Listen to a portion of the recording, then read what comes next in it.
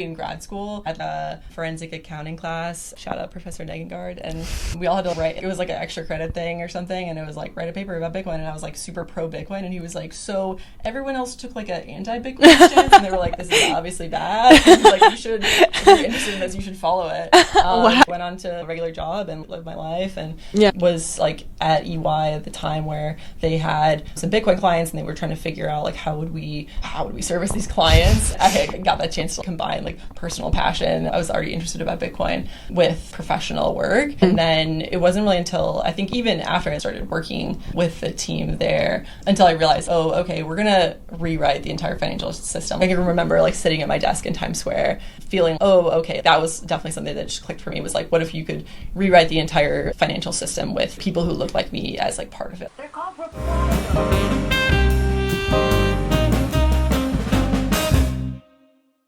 Hi. Hey, how's it going? Good. How are you? Good. Welcome to Reply Girls. Thank you for having me in your office. Of course. Welcome to Privy. Thank you. Thank you so much. I feel so grateful to be looking at your face in real life, even though you won't be able to. This is fun. Yeah. You're my first non-doxxed guest. Oh, amazing. Who's behind the PFP? Like, you'll hear, but you won't see. You'll never know. We love a doodle. I've been in crypto for a long time, but in 2021, I felt like I needed to find one that really spoke to me. And I ended up with a mutant ape. After a couple weeks, I was like, this is not something that I want to have permanently, and I felt like I wanted to find something cute, and then just searched and found the doodle that I was just like obsessed with. And now it's been so long, I actually use it on all my work emails and everything, and it's been so long that I'm definitely to the point where I'm just never going to sell it. Now I just enjoy it. I thought about changing it recently, but it just feels so a part of me. Do you want to read out your bio? Okay, so this is building Privy.io, previously AngelList, Cash App, Binance US, and other adventures in Web3.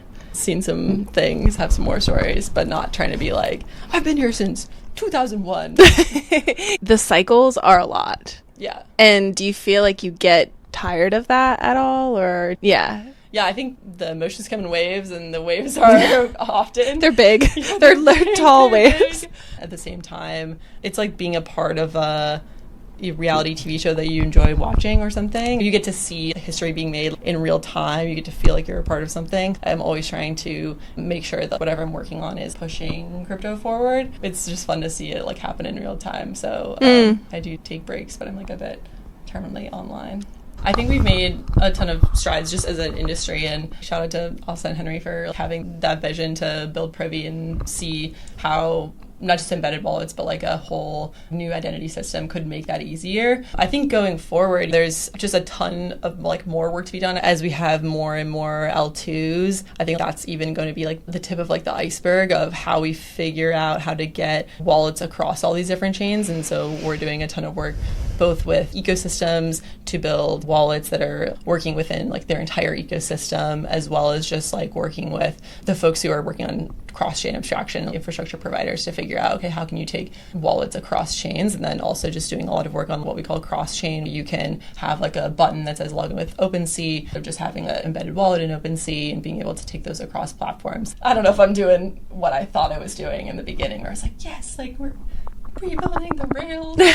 I don't know. I still think like today sometimes I'm like, I don't know if that's like, you know, what I'm doing, but I think pushing a like narrative forward that if crypto goes like mainstream, then I think it brings a lot of other conversations forward about equity and about money and about how broken like the current system is. So I have had to rewire myself and be like, okay, even if I'm not onboarding people every single day or something or fixing the entire financial system, it's like day by day. It's like the daily work and the kind of pushing the community forward to hopefully be like having the right goals. But there's definitely been times where I've been like, what's happening? What what's happening? That's most days on crypto Twitter is what's happening. I do think that's a really interesting point. To accurately assess whether you are having the impact that you want to have and be honest with yourself about if crypto is the right solution, you have to look at the solutions that don't involve crypto and be like, is that actually helping people more? What's the unique value proposition for the unbanked that Cash App doesn't have that crypto has? I think you have to appreciate the chaos of it, and you can't let yourself like get so upset that the most popular thing is Mutant coin, because I don't know the answer to that question, whether someone who doesn't have a bank account but ends up buying mutant coin, are they banked now? I don't think so. Yeah. But I think that I've had to like at least rewrite what I think about what crypto's like purposes are. If the narrative is super easy for people to understand, it's almost like now I have this like suspicion of it, because like it's super easy for people to, especially like people who are white collar, like going to work in, deciding whether to take a job in fintech, educated, something, to be like, oh, okay, it makes of course a lot of sense to like bank the unbanked. There's this huge population where they need stable coins and then they need remittances. That obviously makes sense, right? Like as a business proposition, you're like, that totally makes sense. And I agree, like that needs to happen, right? But at the same time, like that's not what we're all doing. That's not a lot of what we're doing right now. And it hasn't been for a long time. And so like I've had to, like I said, just rewrite my thinking of saying I'm not here as some like messiah to come and tell people how to be banked and tell people they have to use crypto. And if you try to go get a bank account without a social security number or without a license, it's really hard. There are a lot of steps, and you can't get crypto either. You can't get crypto either with those things. So I'm not the arbiter of truth. I think like when I joined crypto, I also had that thought of, yeah, of course, we need to help people. Yeah. And now and I think then I fell like in love with the technology and the community and everything. And now I'm like, we're having fun on the internet. And I think like eventually with enough cycles, like we will get to international remittances and we will get to banking the unbanked some way or another. But if you just look at other technologies, there have been so many cycles where like it took the pets.com like multiple eras to get to Chewy, and it took like a lot of like unsavory weird things to happen in other industries for it to get to where you want it to go. I definitely have a strong point of view when people like leave crypto to do other things, because I just feel like if you love something or you believe in it, like you got to stay around and fix it. It's not that easy, and you can't just be like righteous about it and be like, no, I'm not doing the exact thing I wanted to do. It's gonna take time. Thank you again so much. Thanks for having me.